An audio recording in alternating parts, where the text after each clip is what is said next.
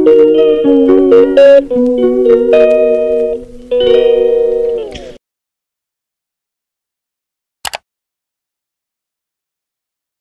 ganda yung mga jasmine rice.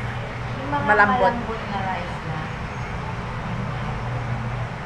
Japanese rice. Ano, yung ano?